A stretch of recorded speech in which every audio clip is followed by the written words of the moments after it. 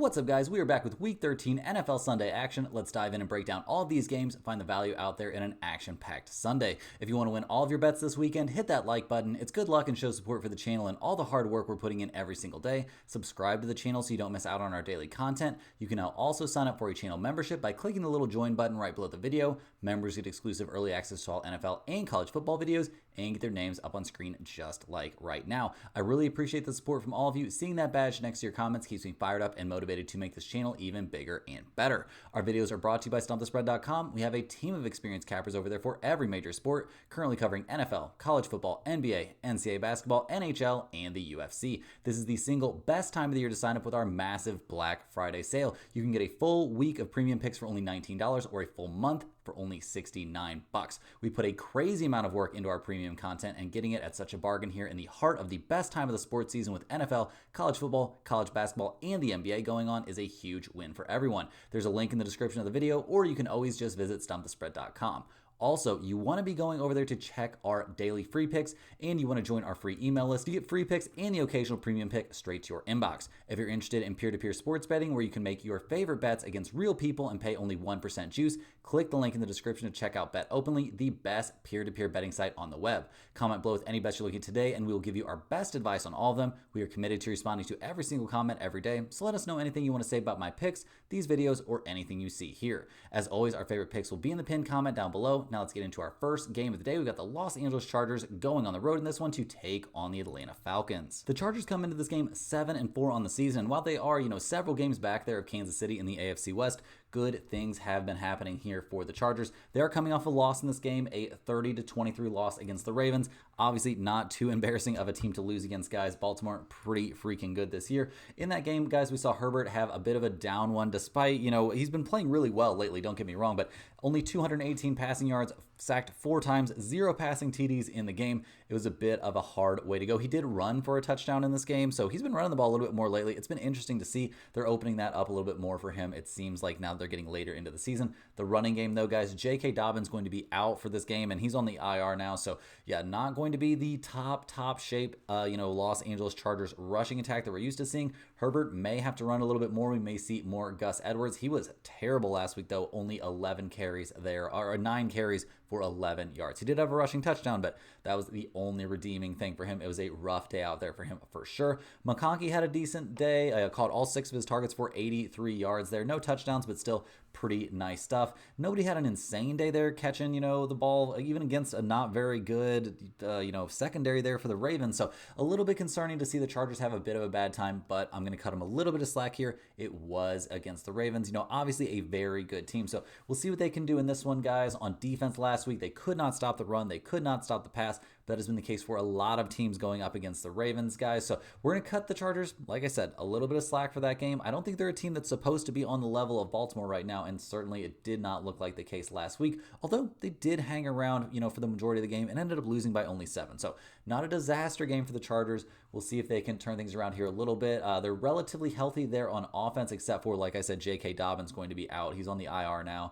In terms of their defense, it's looking a little bit worse, guys. We see they're going to be without at least one starting linebacker and without at least one starting cornerback, so that's not ideal. And we do see Henley there, another linebacker. He is questionable for this game, so definitely a banged up defense here for the Chargers. And with defense being your main strength, that is certainly a concern here as they go on the road to take on the Atlanta Falcons, who are 6-5 on the season. They're technically, or not even technically, they're in first place there in the NFC South, so that has to feel pretty great. And to still be in that position after 2 straight losses. They lost a very close game there at the Saints, but then they followed that up with a blowout loss, losing 38-6 at the Denver Broncos. So yeah, that's not ideal. The Falcons are coming off their bye week here, so that's a big positive. We'll see, see what they can do here. They've had extra time to prepare. They should be as healthy as they're going to be, for the rest of the season. So we'll see what they can do in that blowout loss against the Broncos, guys. Things got very, very dark. Kirk Cousins had a terrible day. I mean, 18 of 27 doesn't look that bad, but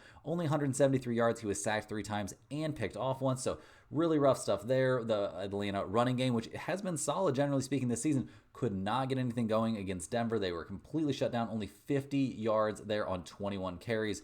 just a rough day. Nobody had a particularly good day in the receiving core either, and it's not like the defense was picking up any of the slack, guys. They gave up 4 passing touchdowns there to Bo Nix. They couldn't really stop the run against Denver. We saw Cortland Sutton catch 7 of 8 targets for 78 yards there, and it was just a bad game there for Atlanta overall. They didn't force a single turnover, and they only had 1 sack. Rough stuff there for the Falcons. They have to be very happy to have had their bye week and now get to play at home against, a banged up opponent. So we'll see what they can do. Atlanta comes into this game relatively healthy. I mean, looking pretty good there on offense. We do see Mike Hughes is going to be out there at cornerback, so they're only going to have 1 starting level cornerback, but I don't think that's going to be the scariest thing here going up against the Chargers. In terms of the numbers for this game, guys, we see the Falcons are getting 1 point here playing at home, so basically a pick'em game. We've got an over-under of 47.5.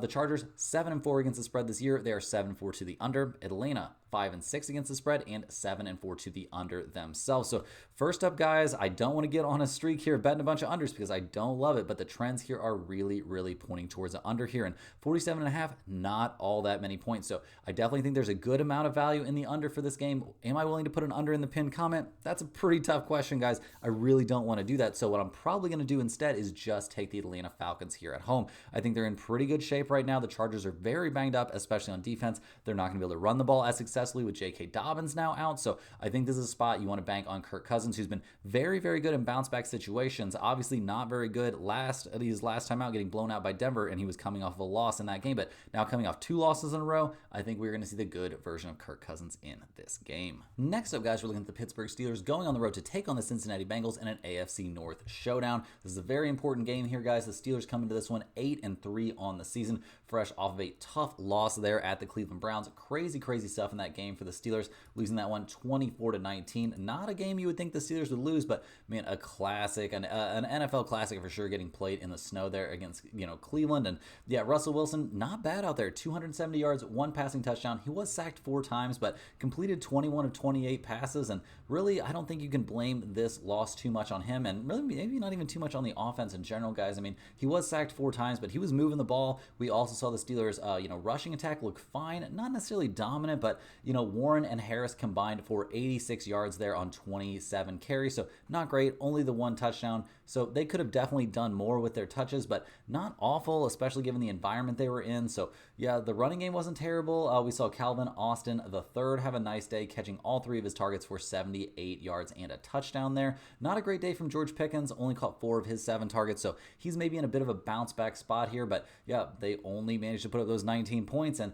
the defense wasn't able to completely come through for him here, giving up 24 points against Jameis Winston, who, did have 1 interception, so that was a positive there for the Steelers. They also didn't get dominated by Nick Chubb or the Cleveland running game. Just a rough time out there. I mean, the Steelers generated as a team 3 turnovers. Like, that's supposed to be enough, and Russell Wilson fumbling it away once, a big deal there. But yeah, very good day in general for the Steelers defense, despite, on the scoreboard it looks like they were bad, giving up 24 points. But over the course of the season, guys, this has been one of the better defenses in the NFL, giving up only 16.9 points per game. You're supposed to win when you have a dominant defensive performance like that, and it was a tough one last week, and now Pittsburgh finds themselves tied in the win column, against Baltimore there in the AFC North for the top spot, and they're going to be trying to hold on to that top spot as they go on the road to take on the Cincinnati Bengals, who are now 4-7 on the year. A very frustrating season so far for the Bengals. They're coming off of a 34-27 loss at the Chargers, so rough stuff there. This has not been the season that the Cincinnati Bengals or their fans had envisioned in that loss against the Chargers. Guys, we saw Joe Burrow be excellent, 356 passing yards, 3 passing touchdowns, sacked 3 times, but he was doing everything he could do within anything close to within reason, and it just wasn't enough. I mean, Chase Brown was good, 22 carries, 86 yards for him. Nothing wrong with that. Burrow even ran the ball for 28 yards. Like, we saw big days from both T. Higgins and Jamar Chase. They were both absolutely killing it out there, but just not enough there in the end. Cincinnati didn't turn the ball over, scored 27 points, and ended up losing because that defense, guys, real bad. They gave up 34 points against the Chargers. They made Justin Herbert look like a monster out there, passing for almost 300 yards and a couple touchdowns. They couldn't stop the run there. Herbert was running the ball against them really well. And I know Russell Wilson isn't super fond of running the ball at all, so we'll see if he, swallows his pride and does that a little bit in this matchup. Seems like it might be a good idea. The Bengals had no answers there for McConkey. It was just a bad day out there for Cincinnati across the board, and we've become very accustomed to seeing bad days from their defense, ranked 28th in the NFL, giving up 26.9 points per game. So really, really rough stuff. An elite offense, but a terrible, terrible defense there for the Bengals. So looking at their injury report, guys, it's looking relatively good. We do see Orlando Brown Jr. questionable there on the offensive line, but that's the only problem facing the offense for this week. On defense, it's a little bit different, guys. Sheldon Rankins is going to be out there on the defensive line. We also Logan Wilson, he's questionable for this game, so they might not have their starting linebacker either. So definitely some problems there in terms of health there for the Bengals, who are 3-point favorites playing at home in this game. We've got an over-under of 47.5. We're going to be looking at the over-under primarily on this game, guys. Pittsburgh, they're 8-3 against the spread, but they're 6-5 to the over. Cincinnati, they're 6-5 against the spread. They are 8-3 to the over themselves. I don't know if this is going to end up in the pinned comment, guys, but I think it's certainly a spot you want to be going with the over 47.5. I think we'll see plenty of points in this game. The Steelers managed to give up points against pretty much any opponent, despite how good the defense always plays, and this Bengals defense is atrocious. So getting to 48 total points in this game should be no problem at all. Moving right along here, guys, we are looking at the Arizona Cardinals going on the road to take on the Minnesota Vikings. The Cardinals come into this game fresh off of a tough loss. They lost 16-6 at the Seattle Seahawks, a loss that snapped a 4-game winning streak. We were seeing a lot of good things from Arizona, but that all basically came crashing down. They only scored 6 points in that game. Kyler Murray, rough outing, guys. 285 yards. Sure, that doesn't look terrible, but 1 interception. He was sacked 5 times. That's not great. He only ran the ball twice for 9 yards, so wasn't getting it done on the ground either, and neither were the Cardinals in general, guys. A total of 49 yards rushing on 14 carries. Really rough day. They couldn't get anything going there on the road. Nobody had a particularly good day, in the receiving core except for Trey McBride. He got 12 of his 15 targets. Crazy to see him get that many targets. 133 yards, but no touchdowns. So a tough day out there for Arizona. Playing at Seattle can be a hard environment to, thrive in, but they certainly weren't even, surviving in that environment. It was really, really tough out there. The defense didn't have a terrible day, obviously giving up only 16 points. They had an interception there against Geno. They sacked him 5 times. They also did a very good job of limiting the running attack of Seattle, a team that can run the ball a little bit at times, but yeah, Arizona wasn't letting that happen. A very good day from the defense, wasted because of a terrible day by the offense. They did only generate that 1 turnover, but when you give up 16 points, that is not a bad day defensively, especially when you're a team that's, only 11th, 12th in the NFL, giving up 21.5 points per game. So I would think Arizona would be very happy for a similar defensive performance in this one, but the offense going to have to get going a little bit here. On offense, they are fully healthy coming into this game, so that's very helpful. On defense, they're going to be missing possibly Jalen Thompson there. He's questionable at safety, so we'll see if he ends up playing in this one or not. But other than that, this Cardinals team is looking pretty healthy here as they go on the road to take on the Minnesota Vikings, who at 9-2 on the season are sitting in second place there in the NFC North. They come into this game fresh off of a 30-27 overtime win there at the Chicago Bears. So nice to get a win. A little bit concerning to see it be so close, but hey, those divisional games can be pretty rough. Sam Darnold getting the job done. The Vikings winning by that field goal there in overtime. Darnold, 2 touchdown passes, 330 yards last week. He was sacked 3 times, but didn't turn the ball over. That's a pretty big deal. We saw a very nice day there from Aaron Jones as well. He rushed for over 100 yards and a touchdown. He did fumble it away once, so something to be keeping an eye on. You cannot be making mistakes like that as we get later into the season. That is going to eventually end up costing you games, and it could have cost them in this one. This is a game, going into overtime, could have went either way. So a win there for the Vikings. They'll definitely take it. The defense, it has to be very concerned. They did have 3 sacks against Caleb Love, but that's not what we're used to seeing there from the Vikings defense, who is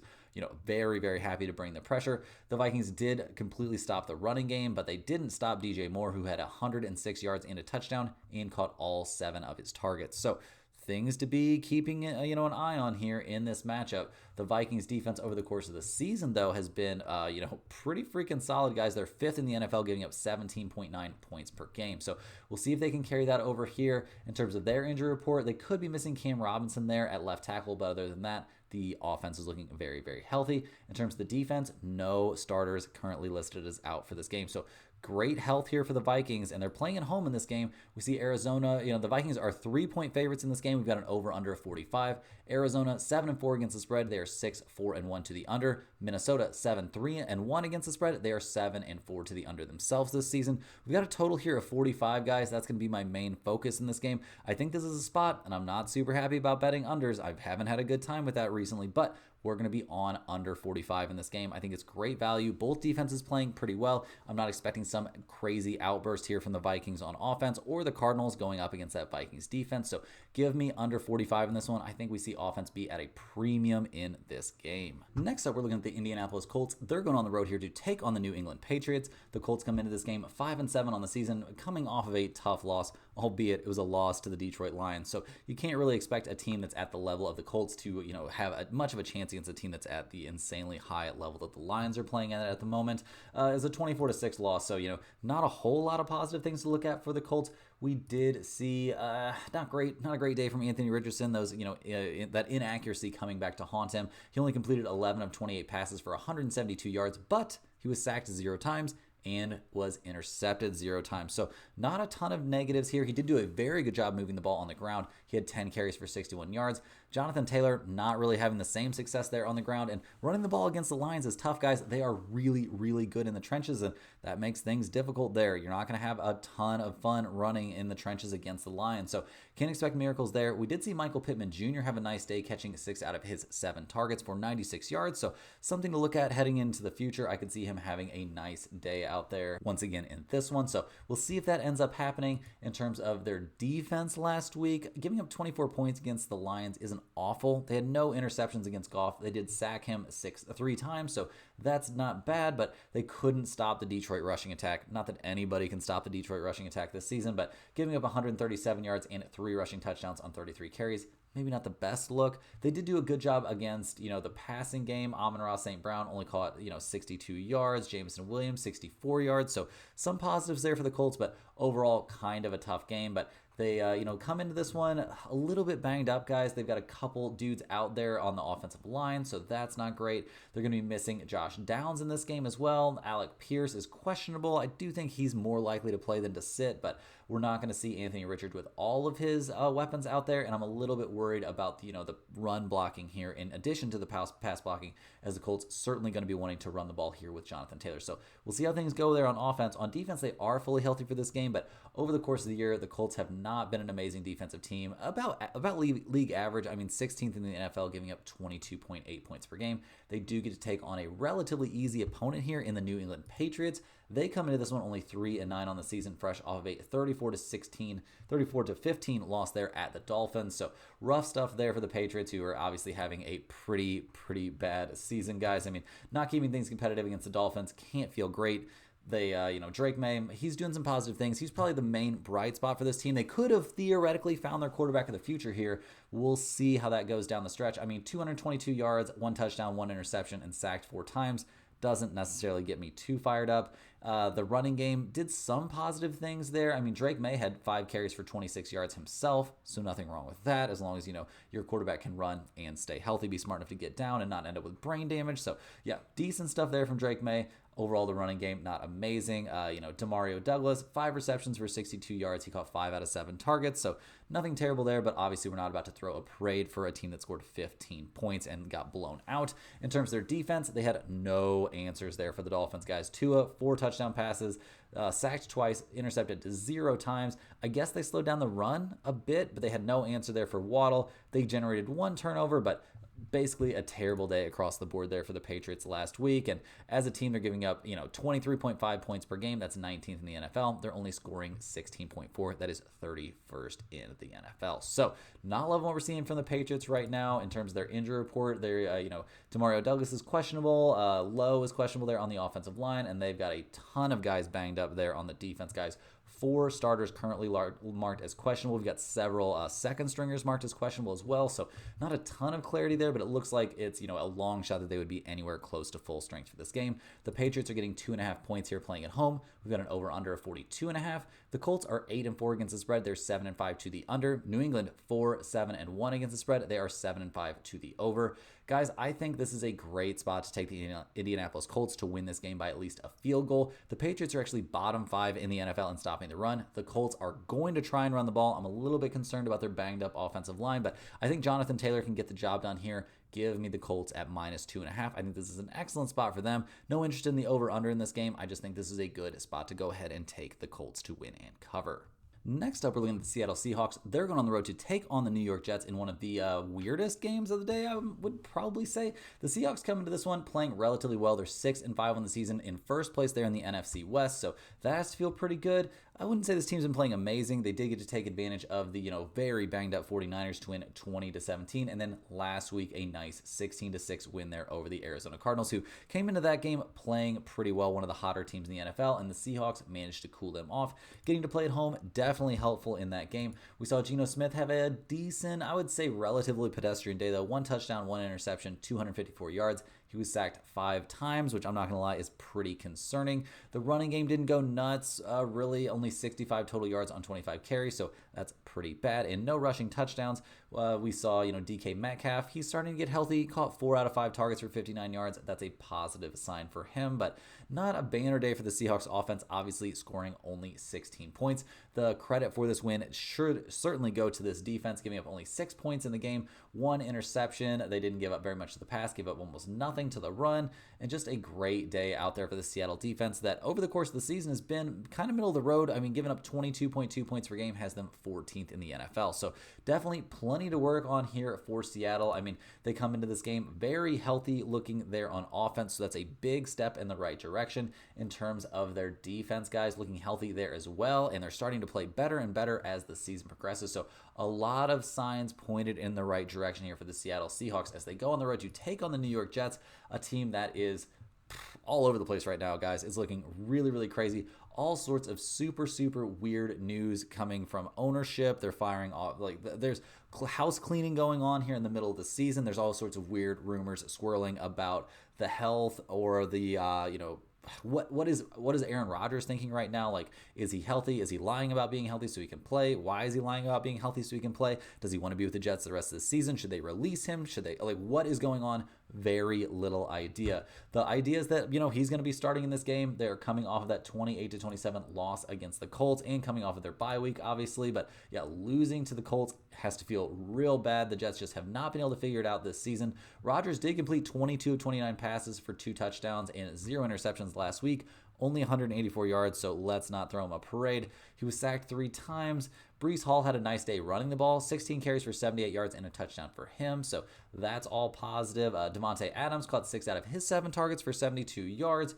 Breece Hall, he did have a touchdown catch and caught all 7 of his targets. So a lot of things pointed in the right direction there for the Jets. The defense was just terrible, and it's looking like getting rid of Robert Saleh was a terrible idea, guys. They could not hold Anthony Richardson or Jonathan Taylor really in check enough to get the job done, and it was rough out there, guys. I mean, we saw the Jets not even turn the ball over and still lose this game. So rough stuff out there, giving up 28 points, not what was supposed to be going on this season. They did generate a turnover, but over the course of the year, this Jets defense has been pretty middle of the road, giving up 22 points per game, nothing to write home about. And yeah, looking like the football gods are pretty mad at them for firing Robert Saleh. So we'll see what they can do in this game. The Jets come into this one relatively healthy. We do see Breece Hall is questionable.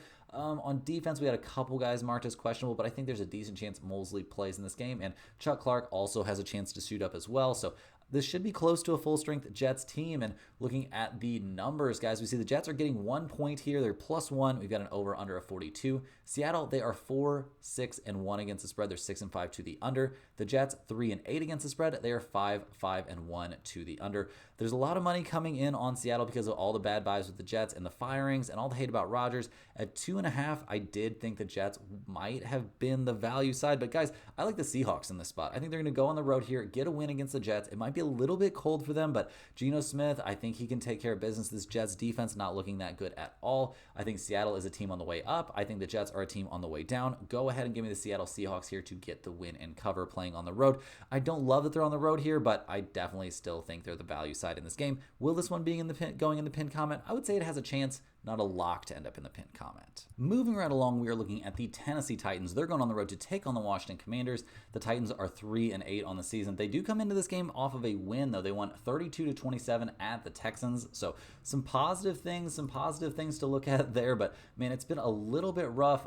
Apparently, Will Levis recalibrated during his 3-game absence. Don't worry, guys. He's not a mediocre to bad quarterback that only knows how to throw deep balls and can't do anything else. He just needed to recalibrate. That's the whole problem. And I guess, recalibrating worked a little bit there against the Texans, guys. He had 1 interception, so still threw the ball to the other team. He completed 18 of 24 passes for 278 yards. He was sacked 8 times, so maybe they should recalibrate his ability to get the ball out of his hands before he's tackled by like 3 dudes, or just maybe stop holding the ball and thinking he can run around like Brett Favre did 20 years ago. I don't know what the answer is. Maybe it's just more recalibration. They did get the win in this game. He played all right, but definitely not a quarterback that I'm very excited about backing. We saw Tony Pollard have a big day. That was key in this win. He had 119 yards on 24 carries and 1 touchdown, so good stuff there. A nice day from Calvin Ridley. Yeah, they just want to throw it deep, guys. We've got 2 receivers here with 60-plus yard receptions in this game. Like, they're going to throw it deep, and it's going to go to somebody. We'll see who. Will Levis had a fumble, and Jackson fumbled it away once. Also, turning the ball over 3 times and still winning has to feel pretty good there for the Titans and pretty horrible for the Houston Texans. On defense, Tennessee gave up 27 points. They did pick off C.J. Stroud twice, so that's a nice look, and they held Joe Mixon to basically nothing.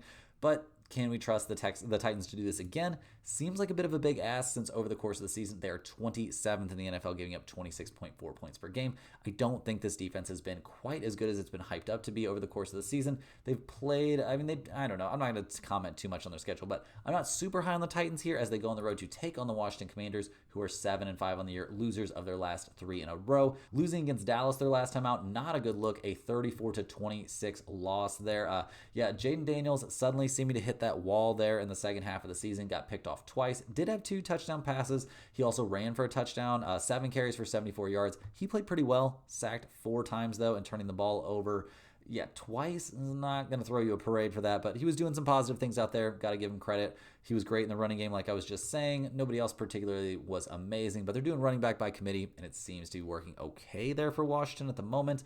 Terry McLaurin, another big day, caught 5 of 6 passes for 102 yards and a touchdown. So things headed in the right direction, in terms of the offense, putting up 26 points. Maybe not a barn burner of a game, but how do you give up 34? Well, you give up 34 points by turning the ball over a bunch and stuff like that. But they allowed Cooper Rush to pass for 2 touchdowns, only sacked him once, 0 interceptions. They also couldn't stop the run. This hasn't been a good defensive team all season long, so I'm not shocked to see them kind of falling apart here late. They didn't have any answers for CeeDee Lamb. They did recover 1 fumble in the game, so I guess that's a positive. But over the course of the year, guys, not super high on this Commanders defense. They're giving up 23.1 points per game, and it seems like that's a number that's going to get worse and worse as the season continues. But they are going up against a terrible team in this one, so maybe they can improve that number a little bit here. On offense, they're looking fairly healthy. We do see Andrew Willie out there on the offensive line, so not going to be the full strength offensive line. Can Trent Scott step into that gap and play competently? I'd say that's possible, but I am a little bit worried about the offensive line here. On defense, things are looking better. Marshawn Lattimore is questionable, so there's a chance that he makes his debut here. Still dealing with that hamstring thing, and I guess he's technically been downgraded to doubtful now. So guess we're still not going to see him in this one. Looking at the numbers for this game, we see the Commanders are -6. We've got an over-under of 44.5 out there. Tennessee only 2-9 against the spread this season. They're 6-4-1 to the over. Washington 7-4-1 against the spread. They are 8-4 to the over themselves. If you're forcing me to pick a side in this one, guys, I would maybe lean just a little bit towards Tennessee and the points, but that's not my favorite play on this one. I honestly think you want to go with the over. 44.5, not a ton of points. I'm a little bit confused here why the total would be so low in this game. I mean, in terms of the weather report here, guys, I don't think we're too terrified. We do have scattered rain showers possible, but it's like a 2% chance, so that's not a big deal. And winds of less than 10, temperatures in the 40s. Go ahead and give me the over in this game. I think we see plenty of offense to get us over that 44.5 number. Up next, we're looking at the Houston Texans. They're going on the road to take on the Jacksonville Jaguars. The Texans come into this game winners of, 1 out of their last 4 games. So not looking great here, kind of stumbling. They're still, 7-5 on the year atop the AFC South. But yeah, AFC South pretty much terrible again. No shocker there. They lost their last time out, that 32-27 loss against the Titans. We saw a very, very bad day there. Just CJ Stroud, a disaster out there, doing all kinds of terrible stuff. Picked off twice, sacked 4 times. He's in a huge bounce back spot in this one, but he is playing on the road, which has not been his specialty in his young career. Joe Mixon coming off a terrible game as well. Can't feel great. Nico Collins did catch 5 out of his 9 targets for 92 yards and a touchdown, so we'll take that, I guess, but a little bit of a rough day out there for the Houston Texans on offense, scoring 27 points. I mean, albeit against a theoretically decent defense, but we'll see if they can bounce back here. Definitely a day they're going to want to forget. On defense, terrible. Giving up the deep ball to Will Levis, and the Titans has to feel horrible. They also couldn't stop the run at all. It was just a really bad, no good, bad day there for the Texans there. Even though they were playing at home, somewhere they're normally very, very good. So definitely a game the Texans are going to want to try and forget. I mean, that defense was real bad, and over the course of the season, they've been pretty middle of the road, so we'll see what they can do in this one. I'm not super hyped up about them, but like I said, we'll see. They're going against a division foe in this one, taking on the Jacksonville Jaguars, who are 2-9 on the season. They've had a rough schedule over their last 4 games, pretty much getting, a pretty rough schedule, but although they did get blown out by the Lions, 52-6, they kept it close against the Vikings, close against the Eagles, and close against the Packers. So I don't think they have to feel too bad, but this season clearly going down the tubes. We do see Trevor Lawrence likely to come back for this game, so we're not going to be seeing Mac Jones out there to be horrible like he was against the Detroit Lions.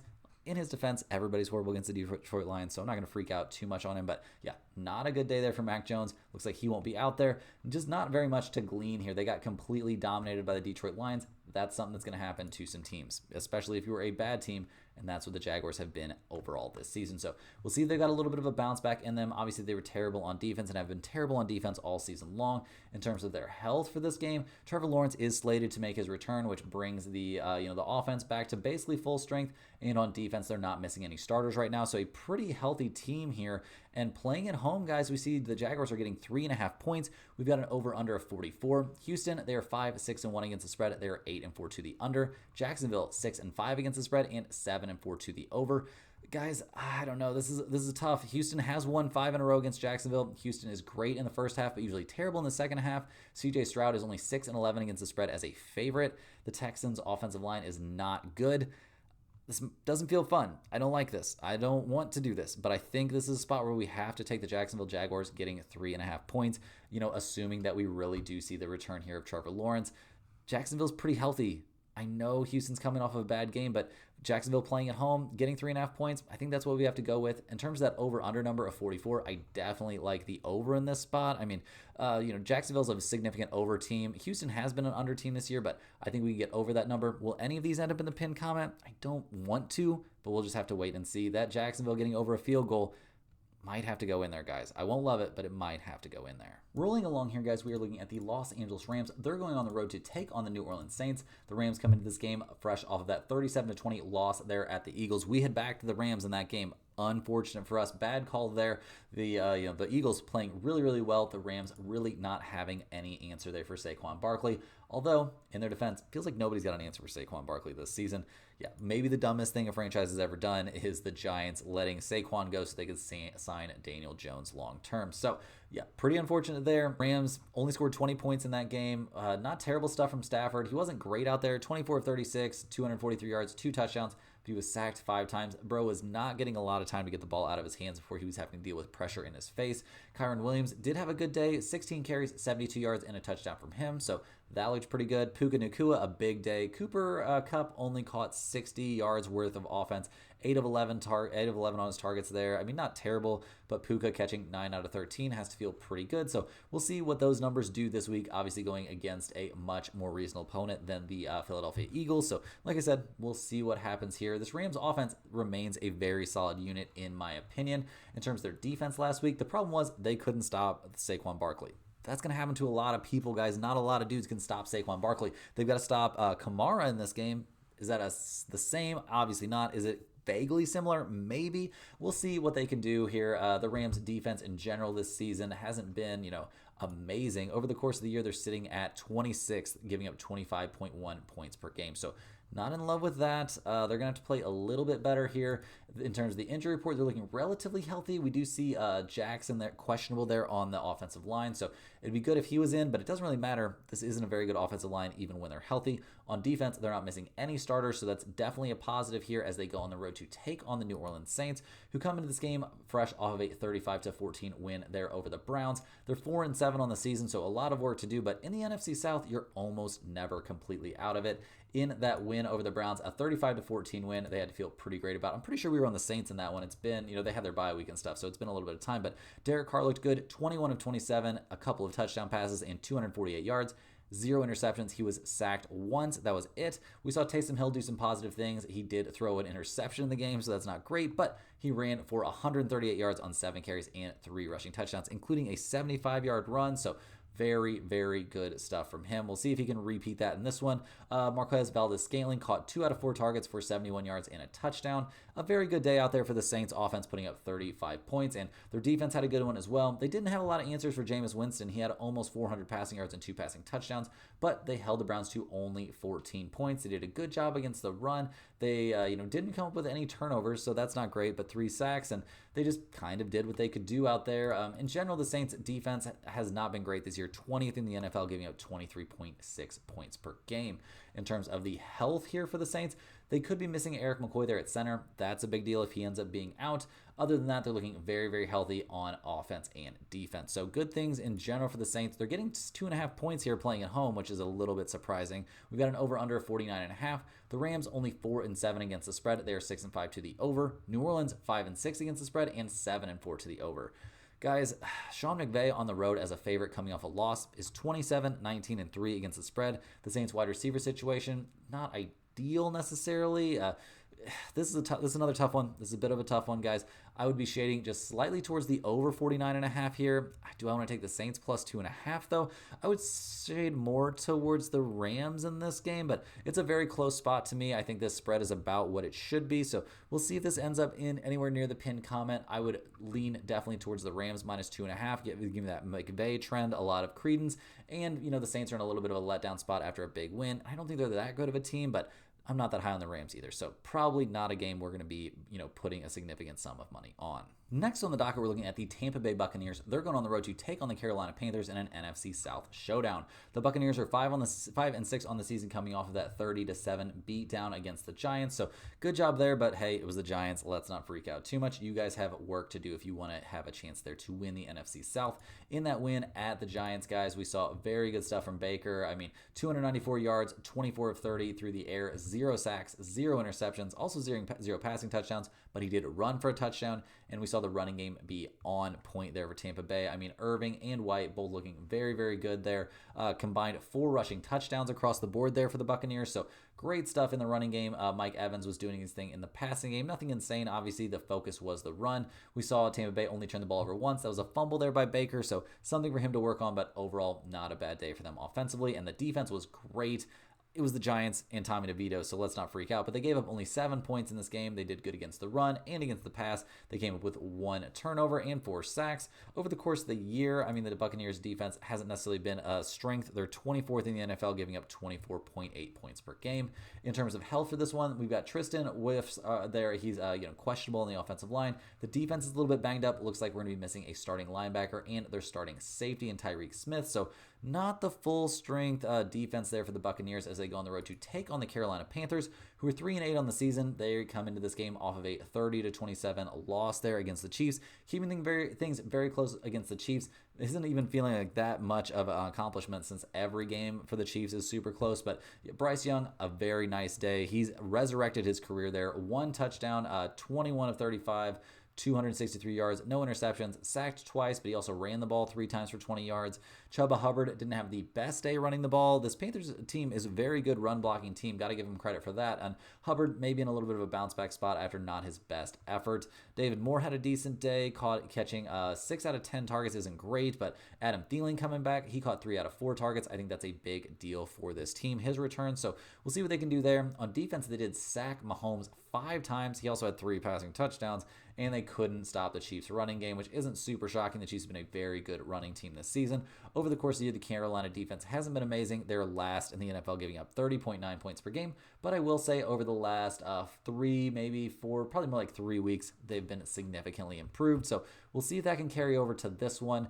Carolina, in terms of their health, they're going to be missing their third option wide receiver and their starting tight end. So missing Sanders there at tight end isn't great, but they're very healthy on defense. So a relatively healthy team for the Panthers here, in what is important.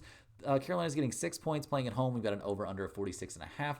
Tampa Bay 7-4 against the spread, 7-4 to the over. Carolina 4-7 against the spread, and they are 8-3 to the over this season. Guys, this is another great spot to look at the over. Over 46.5 makes a ton of sense to me in this game. I think we'll see lots of offense from these two teams. I don't think we're too worried about any major weather concerns for this game either. Nothing that's going to significantly cut down on the amount of offense that we should see in this game. So go ahead and give me the over in this one. I think we see lots and lots of points. In one of the marquee games of the day, we've got the Philadelphia Eagles going on the road to take on the Baltimore Ravens. The Eagles come into this game 9-2 on the season. They've been absolutely killing it lately, winning 7 games in a row, I think. A win over the Browns, Giants, Bengals, Jaguars, Cowboys, Commanders, and Rams.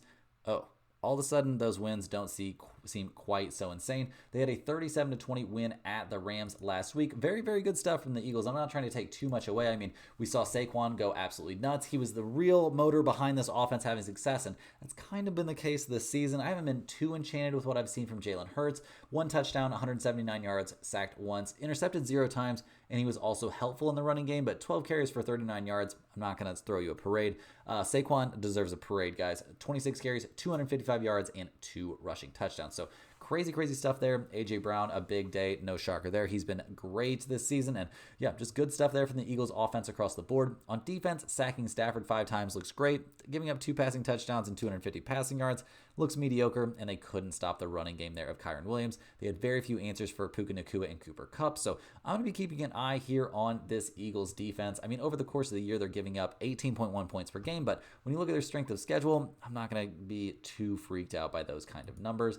In terms of their health for this game, we see Devontae Smith. He's probably going to be out for this one with continued hamstring issues, but other than him, the offense is healthy. On defense, Darius Slay Jr. is going to be out, so going to be missing a starting cornerback, but other than that, guys, this Eagles defense remains healthy as they go on the road here to take on the Baltimore Ravens, who are 8-4 in the season. They're coming into this game fresh off of a 30-23 win there at the Chargers, so a very nice win there. They definitely needed that. Things are very, very tight in the AFC North.